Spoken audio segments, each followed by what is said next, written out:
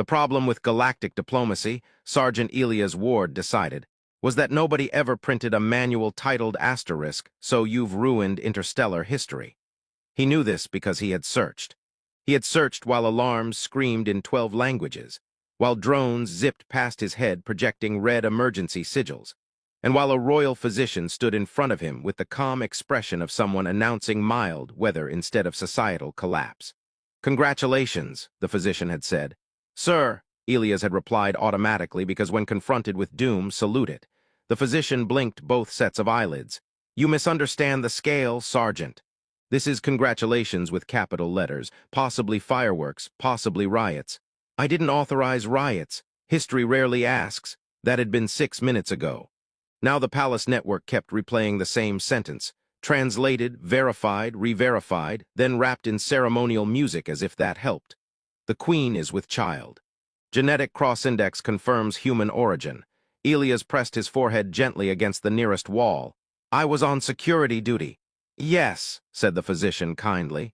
"You secured the future." "I was guarding a door. A very productive door." Across the corridor, officials ran in mathematically precise panic. Advisors argued into floating consoles. Somewhere a military attaché fainted with aristocratic grace. Elias considered joining him, but suspected he would be asked to fill out paperwork on the way down. None of this made sense. Last night had involved a reception, 3 speeches, an argument about whether humans required gravity to behave, and a ceremonial exchange of Unity beverages that had tasted like citrus, lightning, and regret. The Queen had been brilliant composed, her long ears angled in constant awareness, catching every whisper in the hall. She had asked him questions. What did humans fear most? Why did they volunteer for distant wars?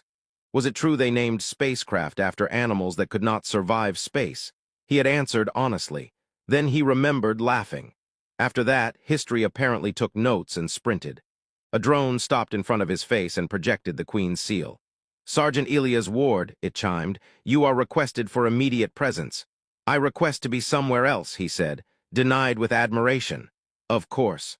He followed the drone, legs moving with the doomed dignity of a man marching toward a meeting that would be studied by future textbooks titled asterisk, "How did this happen?" Every screen he passed carried analysts already debating him. Some called him infiltrator, some miracle. One commentator declared humanity a biological superpower and demanded sanctions on flirting. Elias pointed at that one. "I object." No one heard him except a maintenance robot which displayed sympathy in the form of a small shrug. At the final door, the physician caught up, still serene.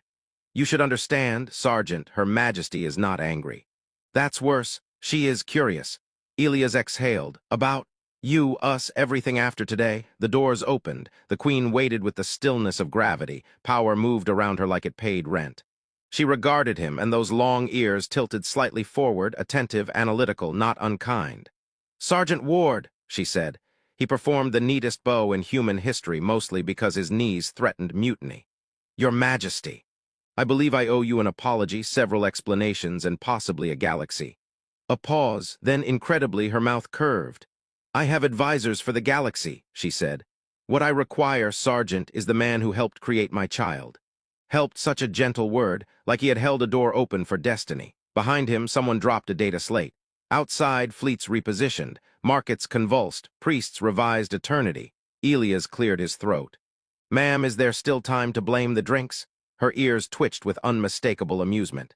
"No," the Queen said softly, "but I appreciate your optimism." And somewhere in the vast machinery of civilization, the future leaned closer to listen. They gave him a chair. Sergeant Elias Ward distrusted it immediately. In his experience, chairs offered by empires were never just chairs. They were metaphors, traps, or promotions disguised as furniture. He stood beside it, hands behind his back, while half the known galaxy tried very hard not to stare at him and failed heroically. "Please sit," said the High Chancellor. "With respect," Elias replied, "I've seen how this goes. I sit, and suddenly I'm responsible for trade agreements." A ripple of restrained coughing traveled across the chamber. Someone muted a translator that had begun rendering it as the human resists authority by remaining vertical. The Queen watched him with composed fascination.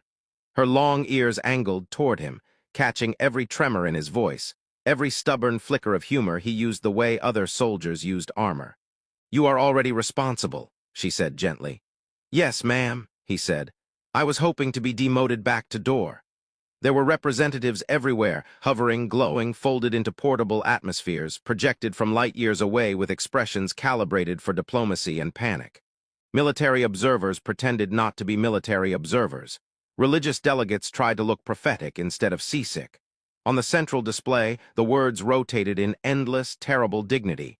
Succession anomaly. Cross-species inheritance probable, political reality updating. Elias pointed at it. Could we not use the word anomaly, maybe something friendlier, surprise, unexpected gift, clerical whoopsie? No, said three governments simultaneously. A legal scholar drifted forward, wrapped in ceremonial equations. Sergeant Ward, we must establish intention. I intended, Elias said carefully, to survive the evening. Murmurs. Rapid note-taking. Somewhere a think tank achieved enlightenment. The scholar tried again. Did you seek influence over the throne?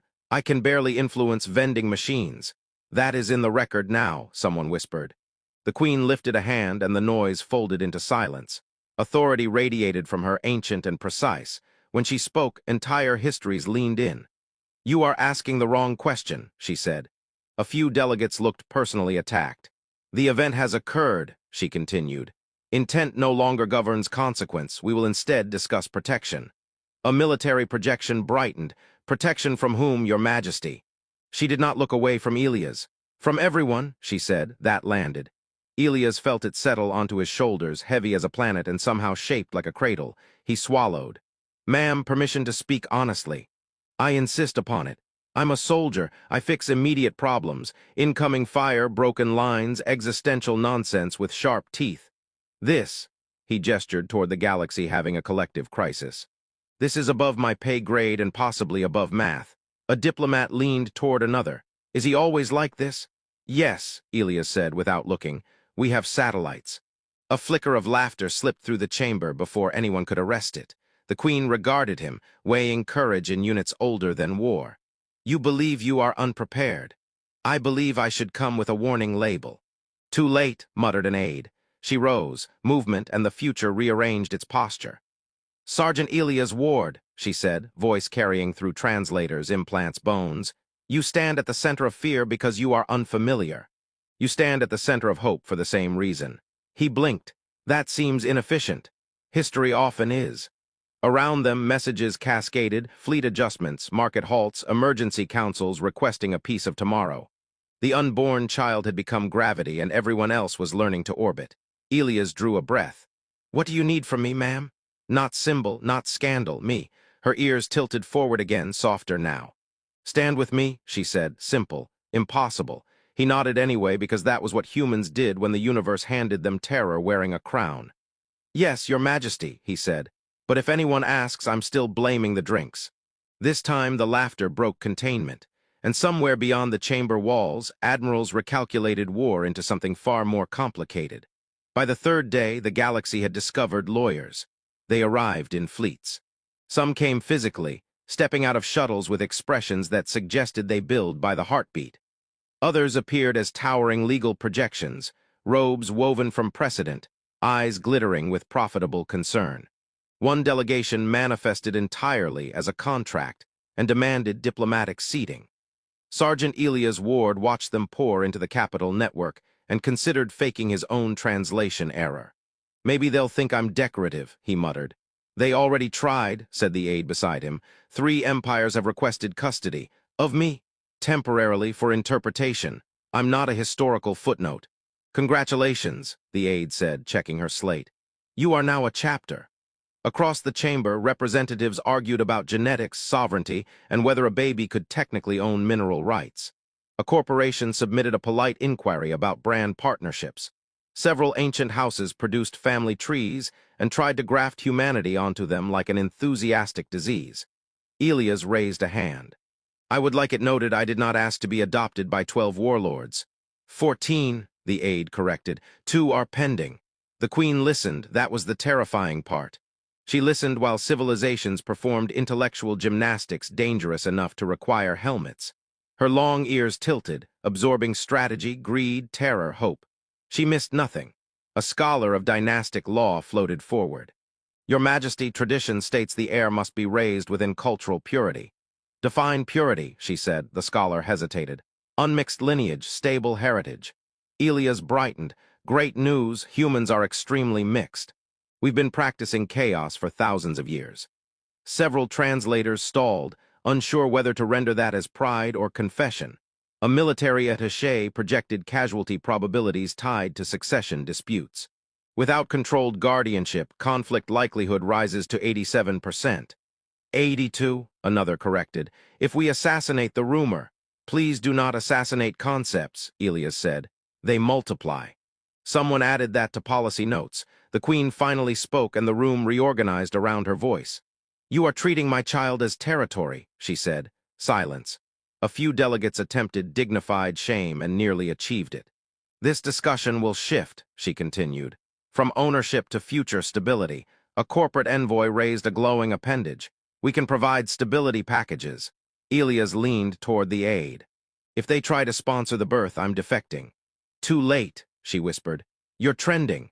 Of course he was. His military file had already been reclassified from asterisk reliable to cosmically inconvenient asterisk. Commentators debated his posture. A historian released a lecture titled Asterisk, the Fertility Event and the Collapse of Predictability Asterisk. Somewhere, a betting pool existed regarding whether he would faint before lunch. He straightened stubbornly. No fainting, he told himself. The scholar rallied. Your Majesty, interstellar balance requires shared authority. Shared, she repeated. Yes, oversight committees, educational mandates, ideological guidance. Elias coughed. That sounds like kidnapping with better grammar. Half the chamber tried not to laugh. The Queen's gaze flicked toward him, gratitude hidden inside royal composure. My child will learn many cultures, she said, but they will not be carved into pieces to comfort you. A murmur rolled outward, uncomfortable and necessary. Data flared across every display. Economists warning of instability, admirals whispering mobilization. Activists calling the unborn life a bridge, a blasphemy, a miracle, a scheduling conflict. Elias felt the weight of it press in. Ma'am, he said quietly, they're scared.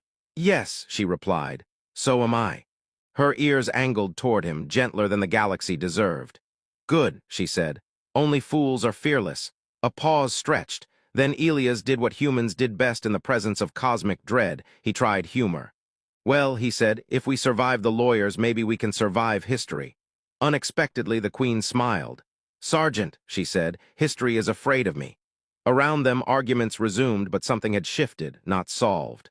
Not healed, aligned, the future was still a storm, but now it had witnesses who intended to stand in it. The aide checked her slate again and groaned. What? Elias asked. 3 more empires want visitation rights. He closed his eyes. Do any of them come with cake? No. Then deny aggressively. And for a fragile moment in the roaring center of galactic uncertainty, someone laughed instead of reaching for war. By the 6th day, people had stopped arguing about whether the future would change. They were now arguing about who got to survive it. Sergeant Elias Ward learned this from a threat assessment that politely informed him he was currently the most inconvenient man alive. The document came with color coding, projected trajectories, and a helpful suggestion that he avoid being anywhere. I can do that, he said. I will heroically be nowhere. That is not an actionable location, replied the security intelligence. Work with me. Across the palace network, emergency protocols unfolded like nervous origami, ships repositioned under the excuse of routine drills. Communications thickened with coded concern. Every government swore it wanted peace in the same tone usually reserved for loading cannons. And somewhere in the middle of it all, the Queen was trying to eat.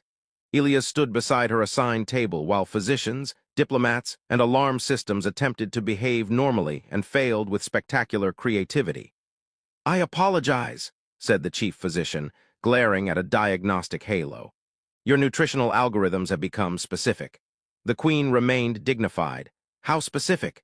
The physician inhaled. We require wheat, citrus, sodium levels common to coastal Earth regions, and something translated as crunchy nostalgia. Elias blinked. Ma'am, that might be a fried snack. Acquire it, she said calmly. Within minutes, procurement fleets were mobilizing with the seriousness of holy war. An aide rushed in. Your Majesty, extremist channels are escalating. Several groups claim the child represents dilution, invasion, destiny theft. Yes, Elias said, I read the pamphlet's very dramatic fonts. The aide stared. How are you joking? I am extremely fragile, he replied. This is structural support. The Queen's ears tilted, betraying a flicker of warmth. Report, she told the aide. 2 assassination plots disrupted, 1 disinformation wave suggesting humans reproduce via espionage, and a market crash in ceremonial inheritance bonds. Elias rubbed his face. I did not mean to bankrupt tradition. Tradition, the Queen said, has reserves. Another alert pulsed through the chamber, defensive grids tightening. Patrols expanding. Somewhere far away, a fleet commander made a decision he would later describe as reluctant and inevitable. Elias felt it like pressure behind the eyes. They're going to keep coming, he said. Yes, she answered. Because of me, because of fear, she corrected. He looked at her. I started it. You participated, she said. History did the rest. Fair, he tried again. Permission to stand closer. You are my guard, she replied. I know, ma'am. I just recently upgraded from decorative scandal to strategic necessity. She almost laughed. Almost. Royal composure saved itself at the last second. A scientist burst into the network, hologram trembling with excitement. New projections, hybridization may produce cognitive bridges between species frameworks. Diplomatic empathy increases by measurable percentages. A general leaned toward another. Can we weaponize empathy?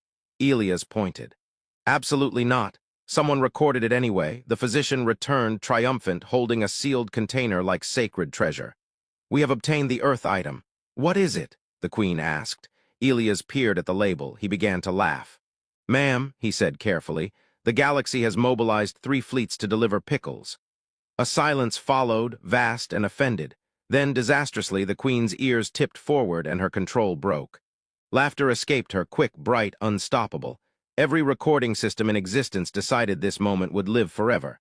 Outside, conspiracies plotted purity, admirals weighed risks, economies trembled.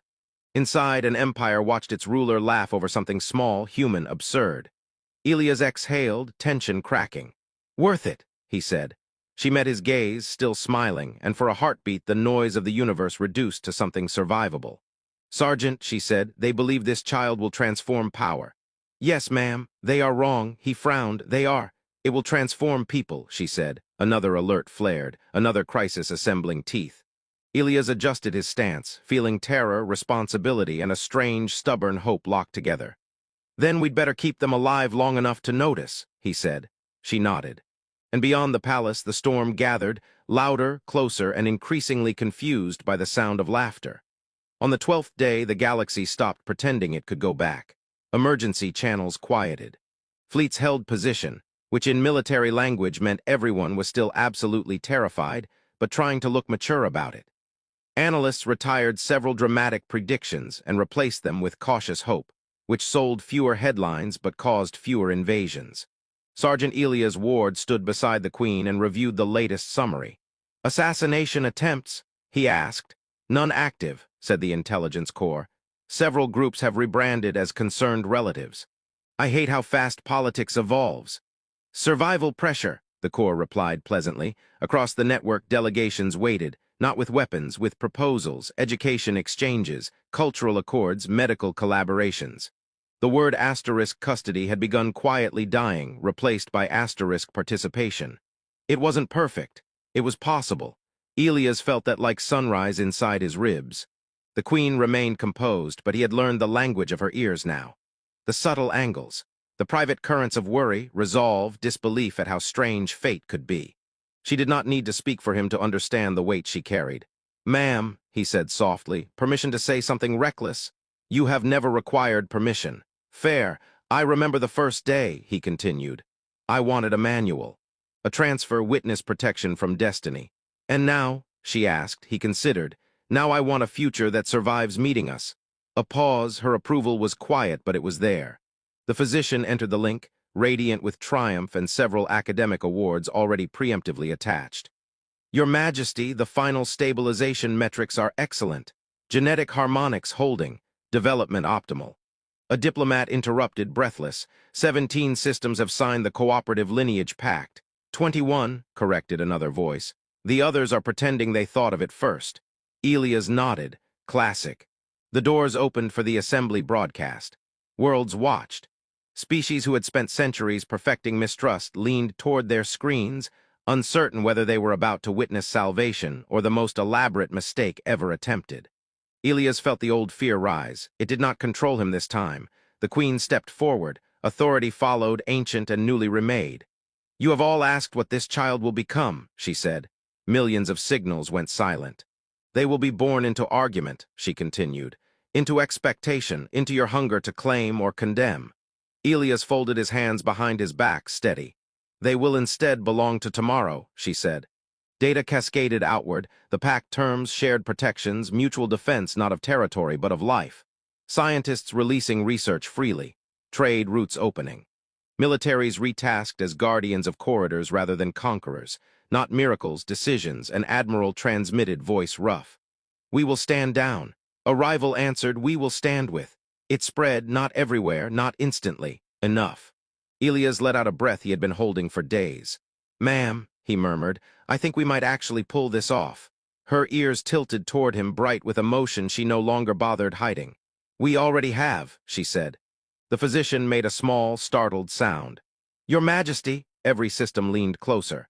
Elias braced, soldier again, but different now, not a man trying to escape history, a man choosing it. A new signal entered the network, small, furious, magnificently alive. For a heartbeat, no one spoke. Then the galaxy exhaled. Crying filled the link, not fear, beginning. Elias laughed, the sound breaking out of him like light through armor. "Okay," he said, voice shaking. "Okay,